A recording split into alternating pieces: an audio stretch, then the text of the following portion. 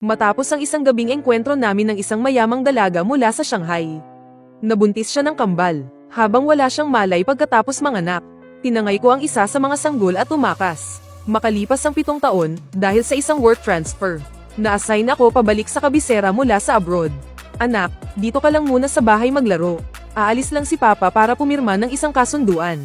Babalik din ako kaagad. Tumatakbo-takbo ang anak ko sa sala habang hawak ang kanyang magic wand. Sinasabi niyang huwag akong mag-alala habang pinapakislap niya ito. Pagkalabas ko mula sa meeting, may nakita akong isang babaeng hindi ko kilala. Nabuhat-buhat ang anak ko at isinasakay sa kotse. Dali-dali akong sumugod, at inagaw ko pabalik ang anak ko. Namumula ang mga mata niya sa takot, at nangingilid na ang kanyang mga luha. Biglang lamambat ang puso ko. Binuhat ko siya at umuwi na kami. Pagsapit ng gabi, habang ipinagluluto ko ang anak ko ng hapunan, tumunog ang cellphone ko. Papa, huwag ka po sanang magalit, ha? Umalis po kasi ako ng palihim para hanapin ka. Kaso sa daan, may isang tita na napagkamalan ako at isinama sa bahay nila. Sabi niya, kamukha ko raw ang anak niya. Ayaw niyang pakinggan ang paliwanag ko. At hindi niya rin po ako papakainin ng hapunan. Kung ganoon, itong nasa sala ay, huwag kang matakot sa kanya, hindi siya masama. Mukha lang siyang mataray. Uutusan niya ang yaya na dalhan ka ng pagkain mamaya. Paano mo nalaman? Yung tita na sinasabi mo baka naman yan ang mama mo. Ha, paano naman mangyayari yun? Anong klaseng kamalasan ba ito? Makinig ka gabi na masyado ngayon. Sasanduan ka ni Papa bukas, para makapagpalit na kayong dalawa. Ayoko po. Pwede po bang dito muna ako kahit isang araw lang?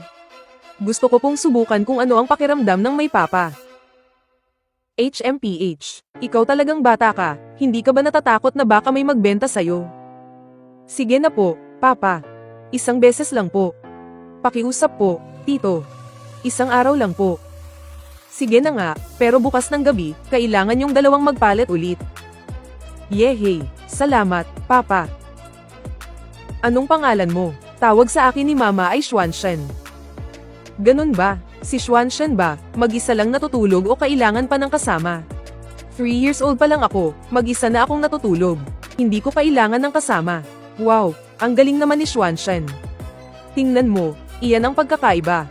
Yung anak ko, hanggang ngayon kailangan pa ng kasamang magbabasa ng kwento. Para makatulog. Ang anak ko, sobrang likot at bibo. Pero si Xuanshen, sobrang mahinahon. Siguro nagkataon lang.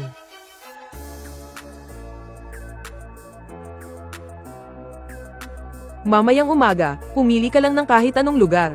Kahit saan mo gusto, sasamahan kita. Talaga po, kahit saan. Opo, gusto kong pumunta sa Ocean Park. Tapos, sa amusement park, pwede po. Nakakaawa naman ang batang to. Ah, salamat po. Haha. Aquarium at carousel, heto na ako. Hahaha.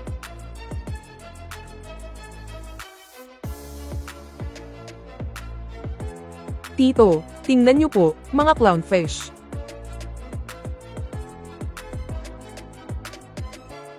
Hahaha.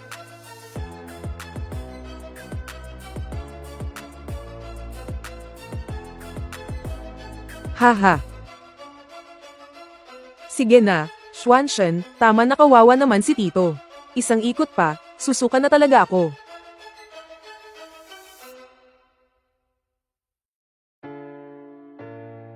Pero gusto ko pa pong maglaro.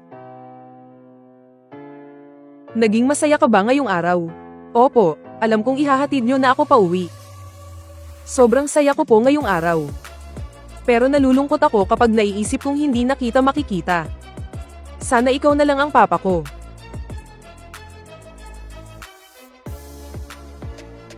Kung sakaling magkita pa tayo ulit, sasamahan ka ulit ni Titong maglaro, ha?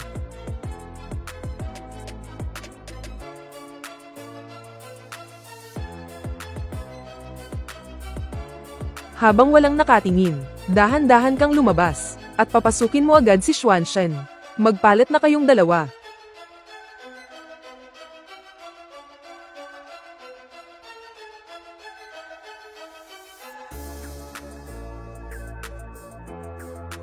Siya pala yun. Ang sikat na panganay na anak ng pamilya Lo ng Hacheng, si Lu Xinxi. Ang tanga-tanga ko.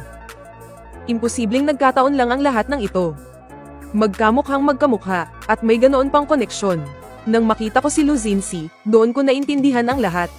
Si Zuan ang isa pa niyang kambal. Pero di ba't nasa Hucheng sila?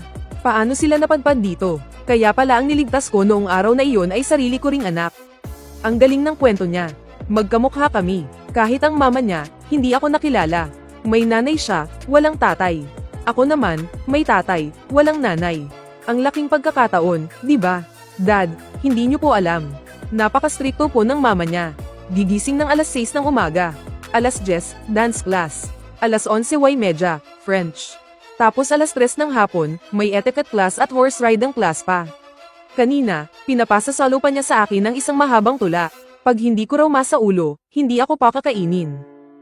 Buti na lang dumating ka kaagad para palitan ako. Kung hindi, magugutom talaga ako mamayang gabi. 7 anyos pa lang si Zuan. Kaya mukha siyang seryoso, kasi napipilitan lang siya sa lahat. Kung may kakayahan lang sana ako noon, kinuha ko na sanang pareho ang mga anak ko. Pero noon, isa lang ang kaya kong alagaan ng maayos. Ang isa ay iniwan ko sa pamilyang Lu, para at least, siguradong may pagkain at damit siya. Dad, yung sports fest 1 buwan mula ngayon. Kailangan niyo pong maghanda ng maaga, ha? Huwag kang mag-alala, si Dad na ang bahala. Kailangan nating makuha ang first place ngayon. Sige na, Itay. Kailangan kong galingan.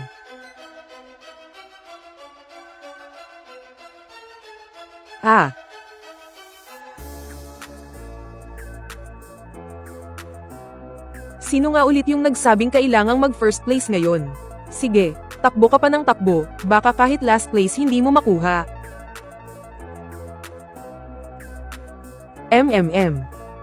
Hindi na po tatakbo-takbo para manalo ng first place. Hihihihahahaha.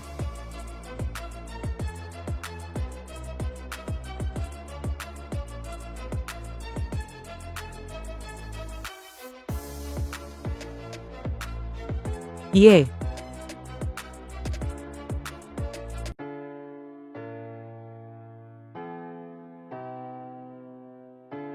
Zuan. Hi.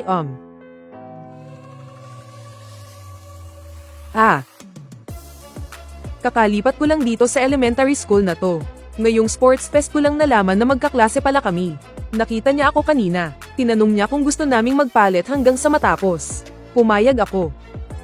Pasensya na po, Tito. Nag-enjoy ka ba kanina? Malapit nang matapos ang sports fest. Dalhin mo ako sa pwesto ng klase nyo. Dapat na kayong magpalit ulit. Pwede ba akong pumunta rito para makipaglaro sa inyo sa susunod?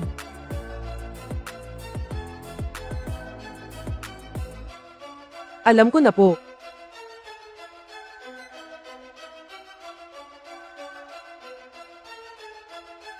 Akala ko pa naman, yaya o driver ang darating.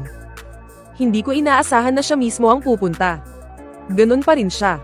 Malamig at saplada. Nakakaakit pero hindi mo magawang lapitan. Ngayong iniisip ko, himala talaga na napasagot ko ang isang tulad niya noon.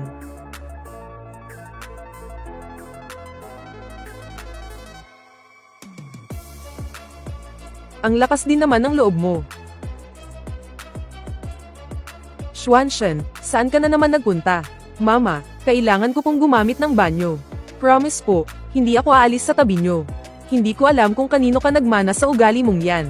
Dati-rati, ang ayos-ayos ng upo mo. Pero ngayon, para kang may tinik sa upuan kung makakilos ka. Dahil ba masyadong kaunti ang assignments mo? Pag uwi natin mamayang gabi, kopyahin mo lahat ng aralin mo ng 3 beses. Dahil ba nakikita niyang kamukha ko si Xuanshen? Kaya ibinubunton niya sa bata ang galit niya sa akin noon. Nahanap na si Xuanshen. Mukhang nasa tabi lang siya ni Lu Xinxi sa lahat ng mga taon na to. Mukhang maayos na ang lagay niya. Nasa samahan na nga niya si Xuanshen sa sports fest, Xuanshen, wag mong sisihin si CEO Lu. Nag-alala siya ng husto noong bigla kang nawala. Naghiwa-hiwalay kami para hanapin ka. Buti na lang at ayos ka lang. CEO Lu, bata pa si Xuanshen. Normal lang po na maging malikot siya. Huminahon po kayo. Sabi ko na nga ba, siya pa rin. Ganyan na siya kagaling magpanggap noon pa mang andyan ako. Tigil. Hoy, Ikaw na nakaasol na sportswear, ikaw ang sinasabi ko.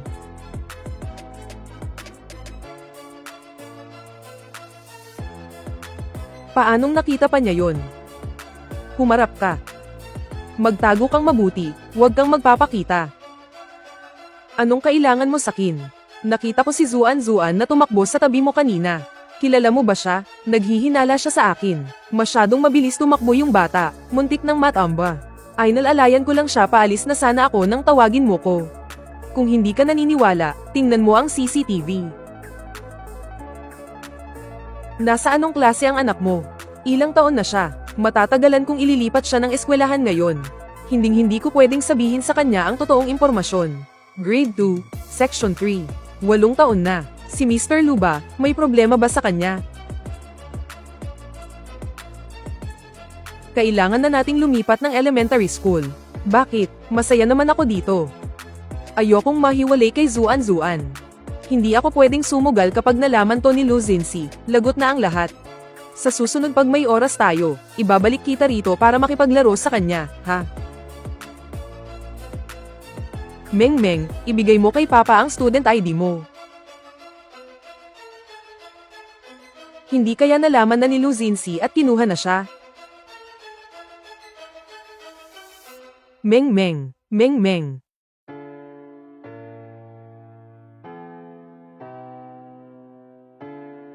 Hindi kong nalaman niya. Lahat na ng pulis sa syudad at mga bodyguard ng pamilya Lo. Matagal na sanang pinalibutan ang bahay ko. Hindi magiging ganito katahimik. Paanong nawala ang senyorita? Hindi ko rin alam. Kaninang umaga lang, nagbabasa pa siya sa study. Isang iglap lang, nawala na siya. Bilis, hanapin nyo. Bakit nawawala rin si Zuan? Aha.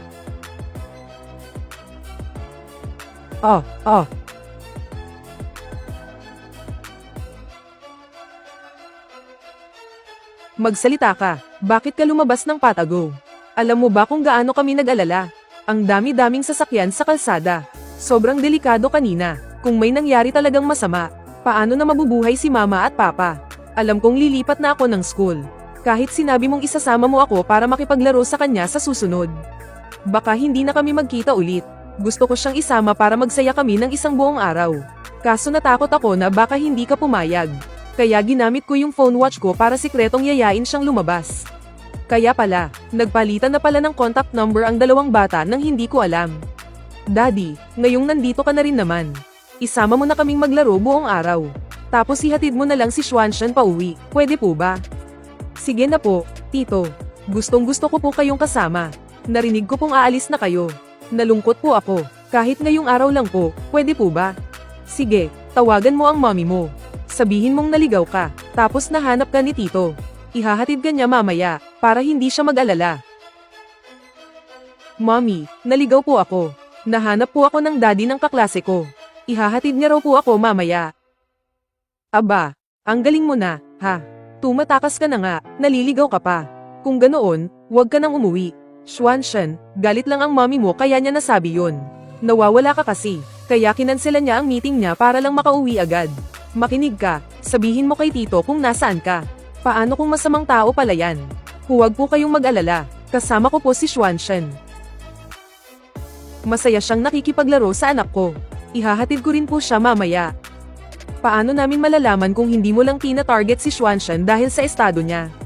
Ibalik mo na siya, kundi, tatawag ako ng pulis. Ihahatid daw siya mamayang gabi, yehey.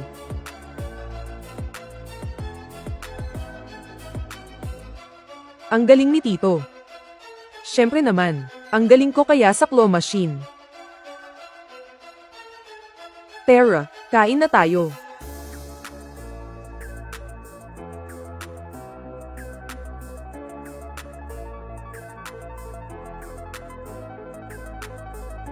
Pati sa hilig niya sa maanghang, sa akin din nagmana. Maghapon ka nang naglalaro, pumasok ka na at gawin mo ang homework mo. Ngayong naibalik na ng ligtas ang bata, aalis na ako. Paulit-ulit kang nagpapakita sa harap ni Xuanshan. Ano ba talaga ang binabalak mo? Nagkataon lang ang lahat. Pinapangako ko, lalayuan ko na kayo. Noong huli pa lang tayong magkita, alam ko nang may masama kang balak. Gusto mong gamitin ang bata para makalapit sa akin. President Lu, sawa na akong makakita ng mga lalaking tulad mo na dumidikit para umasenso.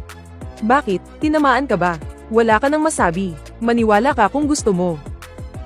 Hawakan niyo siya. Lagi kang naka-sunglasses tuwing magkikita tayo. Ganon ka ba kita at magpakita? Anong batas ang nagsasabing bawal mag-sunglasses? Bitawan niyo ako. Sinabi ko nang hindi na ako magpapakita. Tanging mga dagalang sa imburnal ang takot magpakita. Hayaan niyong makita ko kung sino ka talaga.